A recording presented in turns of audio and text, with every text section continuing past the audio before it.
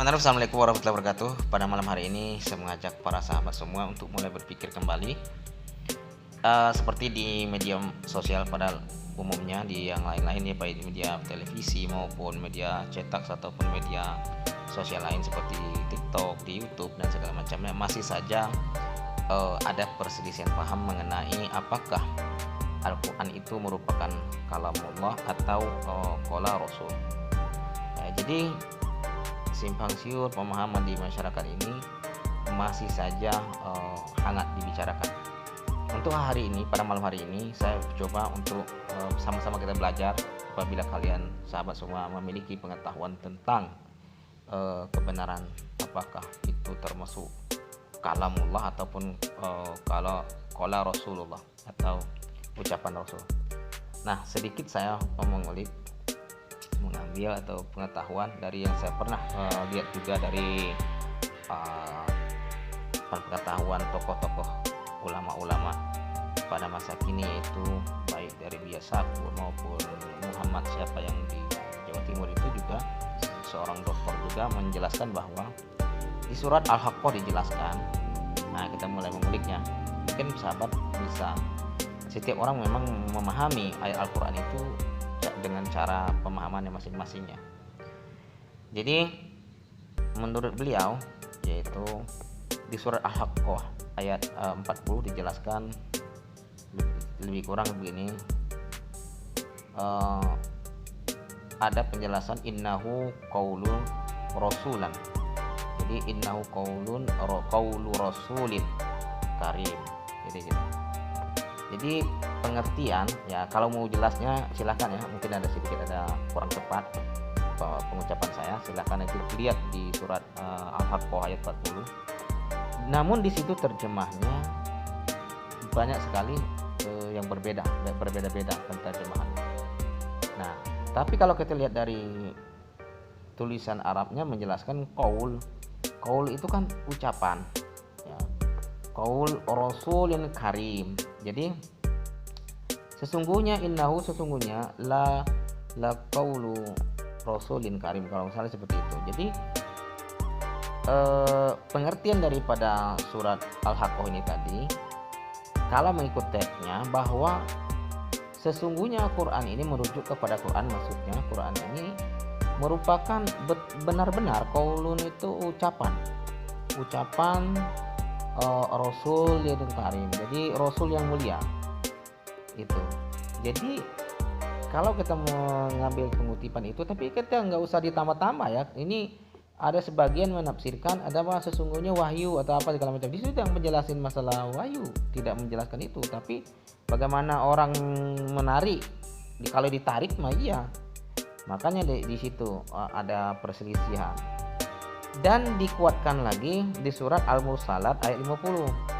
Fabi ayyi hadisi. Nah, di situ diterjemahkan oleh banyak orang. Sebenarnya di situ dijelaskan di situ adalah fabi ayyi hadisi. Di surah Al-Mursalat 50. Sesungguhnya menjelaskan tentang bahwa ini itu keyakinan kita terhadap hadis ini gitu.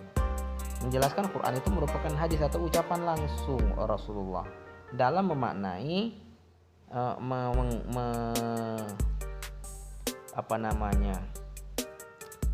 menjabarkan wahyu dari Allah itu dengan melalui ucapan atau perkataan Rasul.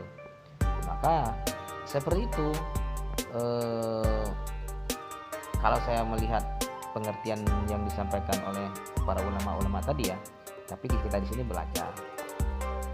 Nah, bukan berarti para ulama itu tidak memahami bahwa itu adalah bukan kalam ya, merupakan datang wahyu dari Allah.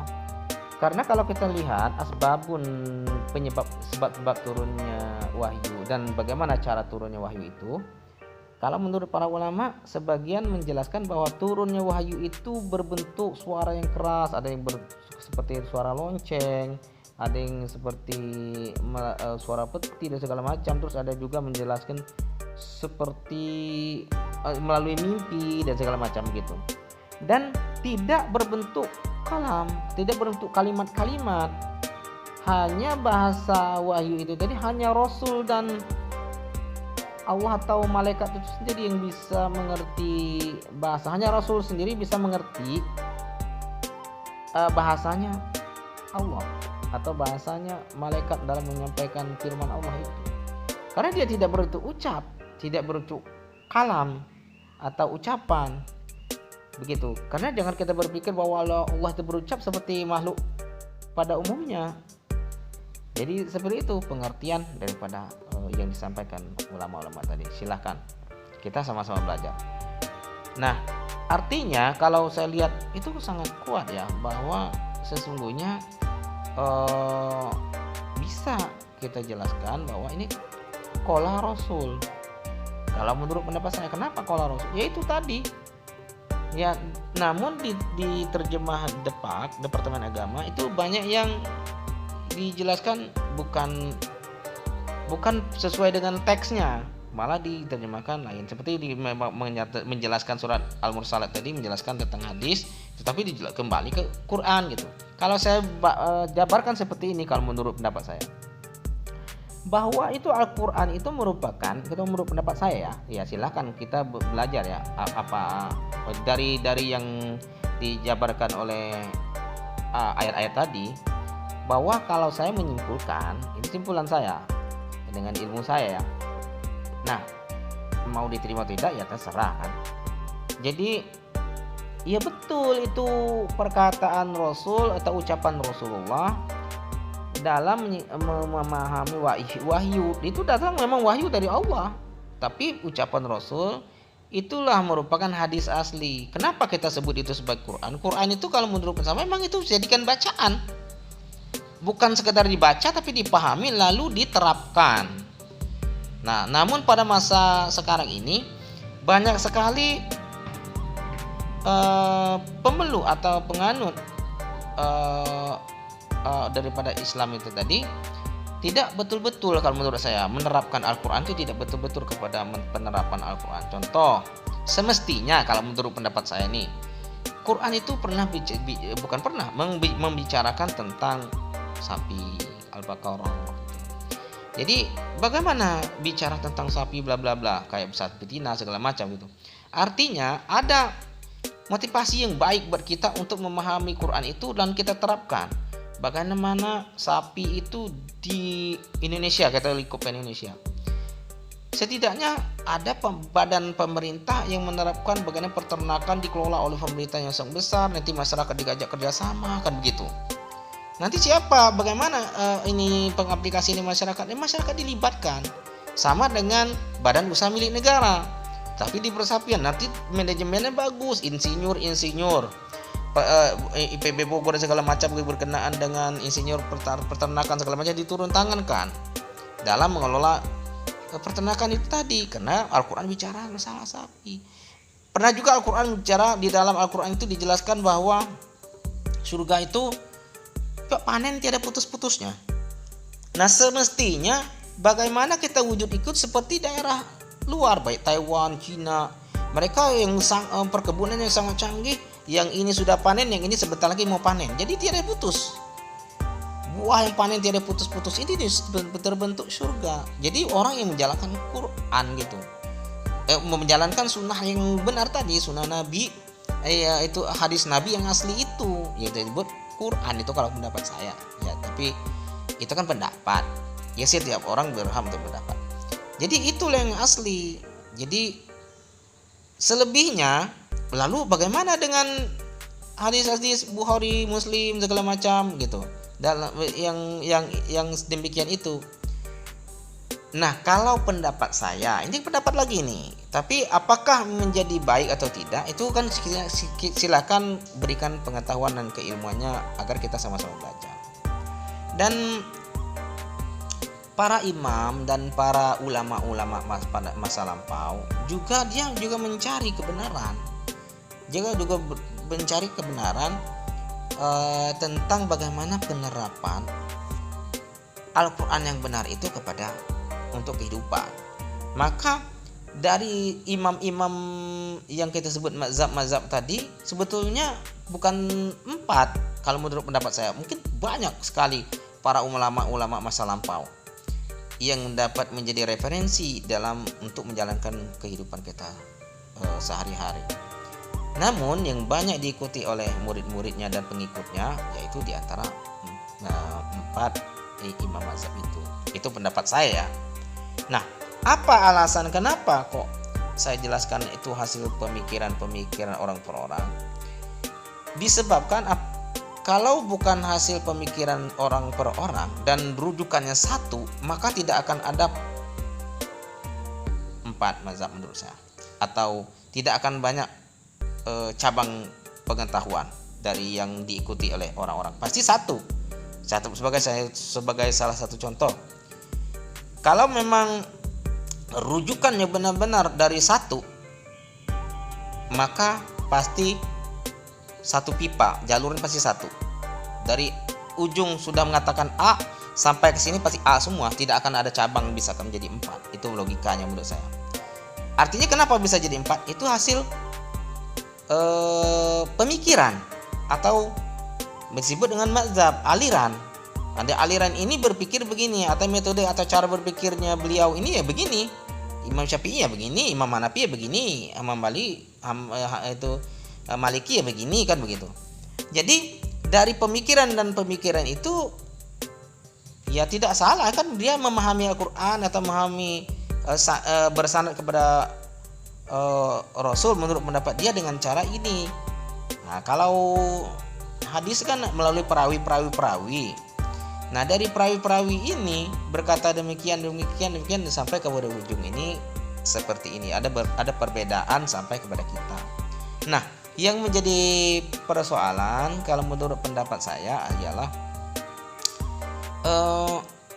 penerapan dalam menjalankan kebenaran menurut kita tadi di pada masa lampau dengan pada masa modern saat ini, apakah masih relevan cara dia menerapkan Quran itu tadi? Walaupun ayatnya satu, tapi dalam penerapan itu apakah relevan atau tidak relevan dengan kondisi pada masa lampau dengan kondisi saat ini? Satu contoh, ada pada masa lampau ilmu pengetahuan para ulama menjelaskan pada masa lampau yang baik untuk membersihkan gigi contoh, yaitu dengan bersiwak. Tapi apakah masih relevan dengan kondisi saat ini? Ternyata menurut sebagian besar umat manusia di dunia ini lebih cenderung lebih baik menggunakan odol atau sikat gigi atau apapun untuk lebih bagus, karena melalui penelitian. Karena pada masa lampau dimaklumkan karena belum ada laboratorium, belum ada segala macam gitu. Tetapi pada masa itu sangat relevan menggunakan siwak. Nah, maka apakah kita untuk di pada masa sekarang ini dalam menjalankan Al-Quran untuk kemaslahatan menjadi rahmat bagi seluruh alam, bagaimana cara apakah saat ini bisa relevansi atau cocok atau tidak cocok? Maka itu Al-Quran penerapannya harus menurut saya di-upgrade cara menerapinya, pengupgradean cara kita menerapkannya. Ada upgrade atau ada tingkatan yang lebih arahnya ke baik. Bukan berarti mengubah daripada teks Quran, tidak, tapi penerapannya ke arah yang lebih baik. Nah, di situ kita upgrade penerapan Al-Quran itu. Nah, contoh Al-Quran lagi menjelaskan bagaimana susu katanya mengalir. Ada semua ibarat bahasa. Kita maknai bagaimana susu itu tadi kita dari sapi yang sekian-sekian tadi, susunya yang asli itu dapat nyampai kepada masyarakat dengan manajemen dari pusat, kelurahan sampai ke desa, dan itu kalau bisa satu minggu 3 kali sampai susu yang asli kepada masyarakat, dimanage oleh pemerintah atau ulil amrinya. Nah, jadi saya kira itu yang lebih pentingnya penerapan Al-Quran itu tadi. Lebih-lebih kita kepada toleransi. Toleransi itu tadi apa sih batas ketoleransian kita terhadap manusia? Kita tidak bicara masalah dia agama apa dan segala macam. Kalau masalah itu laku didukung oleh din. Tapi penerapan Al-Quran itu berdampak langsung kepada manusia, karena Al-Quran itu menjelaskan hudalin nas, bukan hudalil mukminin, bukan hudalil muslimat. Jadi tidak ngomongin masalah mukmin atau mukminat atau siapa di situ. Jadi hudalin nas, petunjuk bagi manusia Al-Quran itu, maka kita terapkan kepada seluruh umat manusia, setidaknya Indonesia. Jadi saya kira seperti itu penerapan Al-Quran itu. Jadi hudalinas, jadi petunjuk sebagai pedoman di dalam melakukan kehidupan kita sehari-hari. Apabila penerapan Al-Quran itu berdampak kepada baik itu suku apapun segala macamnya, dia merasa diuntungkan baik kehidupannya, kenyamanan dan segala macamnya, tidak kita bikin sekat dalam artian untuk toleransi itu tadi, baik memberikan kebutuhan kehidupannya sama, berkeadilan kita, maka bukan tidak mungkin semua orang ingin mendalami Al-Quran. Karena apa? Orang ingin mendalami kitab-kitab yang mereka yakini itu karena mereka diuntungkan. Begitupun kita, kalau seandainya kita tidak diuntungkan, kita tidak yakin rasa ada keuntungan kita di situ, maka tidak mungkin kita ingin menganut apa yang kita yakini ini. Dari mana kita merasa bahwa kita ini diuntungkan? Dilihat dari cara penerapannya. Lah bagaimana kita ingin menyampaikan kepada mereka kalau kita sudah bikin sekat kepada mereka untuk memahami tentang kita? Apa kita ada rasa ketakutan bahwa nanti disebut apakah itu ternoda atau tidak ternoda? Saya kira kita harus berluas pemikiran kita ya. Berluas pikiran. Kalau kita ingin menerapkan satu kebajikan, tentu dengan cara kebajikan.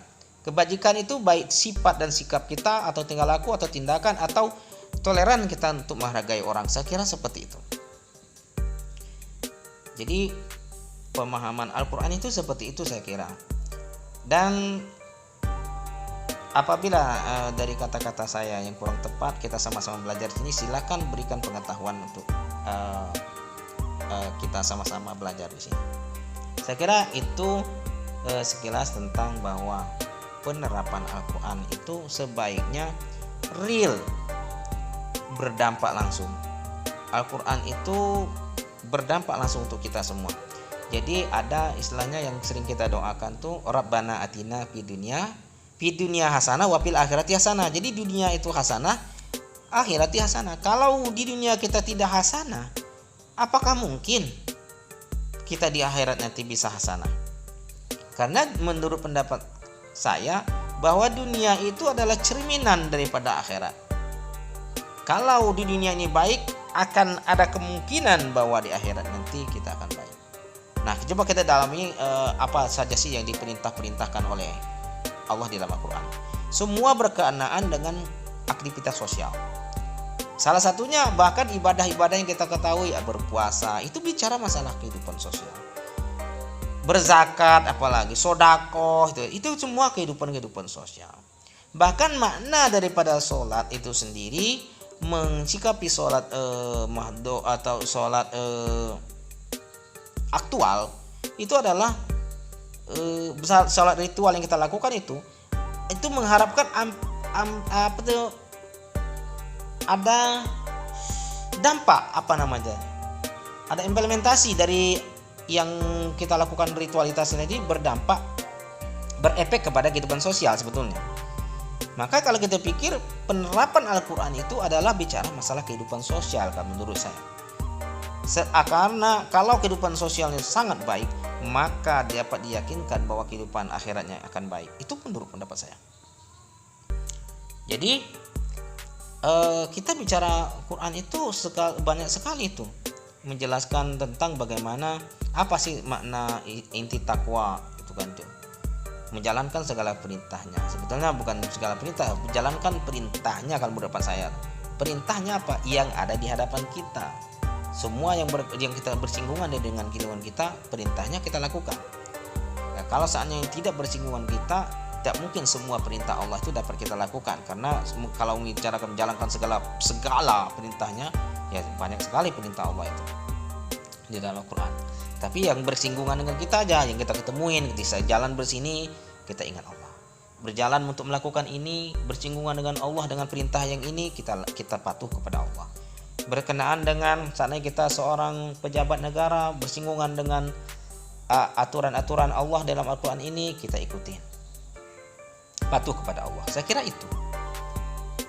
Nah, jadi Kenapa referensinya Al-Quran? Karena Al-Quran itu adalah ulumul kitab. Jadi zalikal kitabul la raiba fihi hudal lil muttaqin. Jadi kitab Al-Quran ini yang satu-satunya istilahnya bahasanya. Tidak ada keraguan buat kita.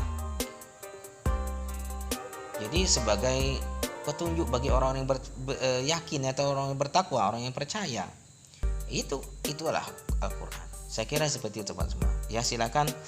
Alhamdulillahirobbilalamin bagi yang punya pendapat lebih baik atau mungkin ada yang kurang sependapat, itu biasa. Berbeda pandangan dalam memahami sesuatu, baik itu Al-Quran, apalagi pemahaman dalam memaknai kitab Al-Quran itu ya itu tidak ada soal selagi penerapannya untuk kebaikan. Alhamdulillah. Assalamualaikum warahmatullahi wabarakatuh.